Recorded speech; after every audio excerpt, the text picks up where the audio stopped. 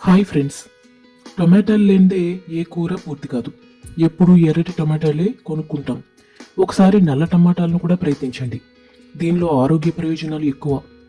నల్ల టమాటాలతో ఆరోగ్యం. టమాటాలు అందరికీ అందుబాటు ధరలోనే ఉంటాయి. ఎప్పుడో కానీ దాని రేటు పెరగవు. మిగతా సమయాల్లో 20 రూపాయల కన్నా తక్కువ ధరకే లభిస్తాయి. కాబట్టి ప్రతి ఒక్కరూ టమోటాలతో చేసిన ఆహారాన్ని తినడానికి ఇష్టపడతారు. ముఖ్యంగా ఏ కూర కూడా టమోటా లేకుండా పూర్తవదు. ఎప్పుడు ఎర్రటి టమాటాలే తింటే ఎలా? ఓసారి నల్ల టమాటాలను ప్రయత్నించండి. టొమాటోల్లో ఈ నల్ల టొమాటోలు చాలా ప్రత్యేకమైనవి. నల్లగా మెరిసిపోతూ ఉంటాయి. ఇవి చాలా అరుదుగా దొరుకుతాయి. కనిపించినప్పుడే కొని తీసుకెళ్ళండి. ఇవి శరీరంలో క్యాన్సర్ కణితులను పెరగకుండా అడ్డుకునే శక్తిని కలిగి ఉంటాయి. ఈ నల్ల టొమాటోలు మన దేశంలోనూ సాగు చేస్తున్నారు.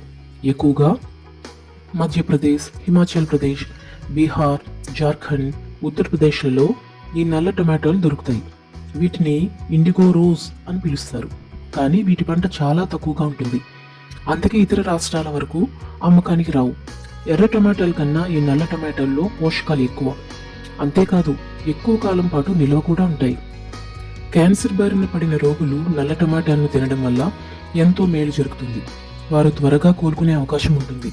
టొమాటోలో ఉన్నట్లే ఈ నల్ల టొమాటోల్లో కూడా lycopene, beta carotene, vitamin C అధికంగా ఉంటాయి. అలాగే యాంటీ ఆక్సిడెంట్లు పుష్కలంగా ఉంటాయి.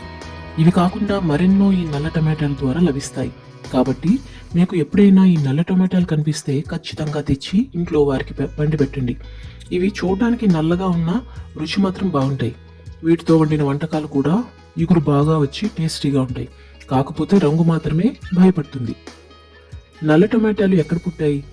ఈ నల్ల టొమాటోలు తొలిసారిగా ఉక్రెయిన్లోని ఒక ద్వీపకల్పంలో పుట్టాయని చెప్తారు. అది ఎంతవరకు నిజమో మాత్రం తెలియదు.